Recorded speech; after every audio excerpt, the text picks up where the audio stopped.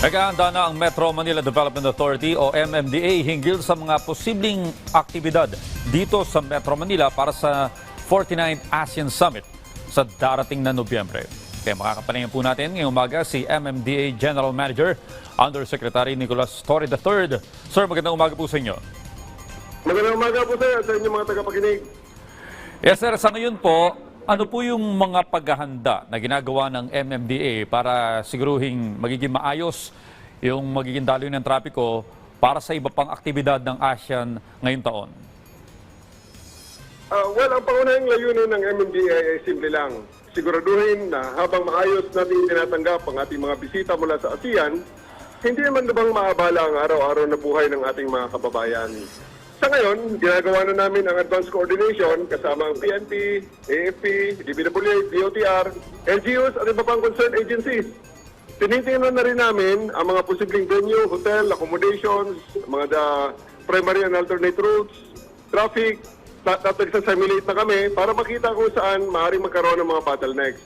Pinapalakas din natin ang Metro Base 136, yung command center natin, para sa real-time monitoring at mabilis na deployment ng traffic enforcers at emergency response kung kinakailangan. Ang prinsipyo lang natin dito, bottom line, we are prepared, not surprised. Okay, well sir, may mga posible po ba na closure sa mga kalsada o kailangang manduhan sakaling may convoy po ng mga delegado, lalong may inaasahang indaraos na naman na 49th ASEAN Summit sa darating na Nobyembre dito mismo sa Metro Manila? Well, hindi talaga maiwasan ang mga road closures, posible talaga yan. Pero gusto namin ginawin na ang layunin natin ay hindi total closure, kundi controlled and calibrated traffic management. Kapag may convoy ng heads of state or official delegates, maaaring magkaroon ng temporary traffic stops or rolling closures. Ang ibig sabihin nun, sandali lamang at hindi buong araw na sarado ang daan. Gagamit din tayo ng mga alternate routes, advance advisories, at close coordination sa mga LGUs para mabawasan ang convenience ng trapiko. Ang bottom line dito, ayaw natin ng unnecessary disruption at ang gusto natin ay precision at hindi overaction. Kaya, ina-advise natin sa ating mga kababayan, laging i-check ang aming mga social media pages ng MMDA para sa mga latest updates at mga advisories. Okay, sir, meron na po ba kayong information kung saan po posibleng may idaraos na aktibidad para sa ASEAN dito sa Maynila? Sa ngayon, ang mga coordination natin, as usual, sa mga areas na tinitingnan natin ang Central Business Districts tulad ng Makati, Taguig, Pasay, Manila, at Quezon City, lalo na kung may mga major hotels, convention venues at government facilities.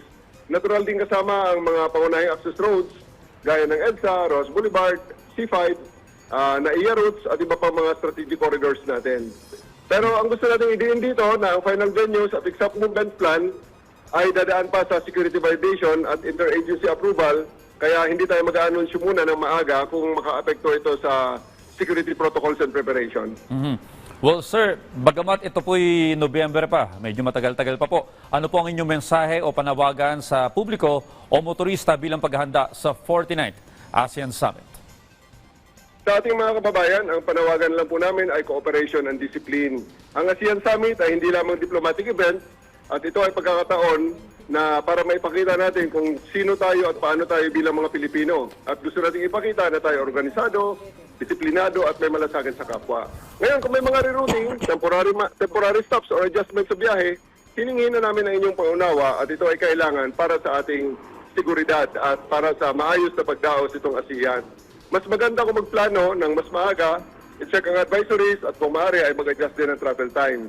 Sa MMDA naman, siguraduhin namin na may sasagot, may tutulong sa inyo at may darating kung tumawag kayo sa dial 136 natin.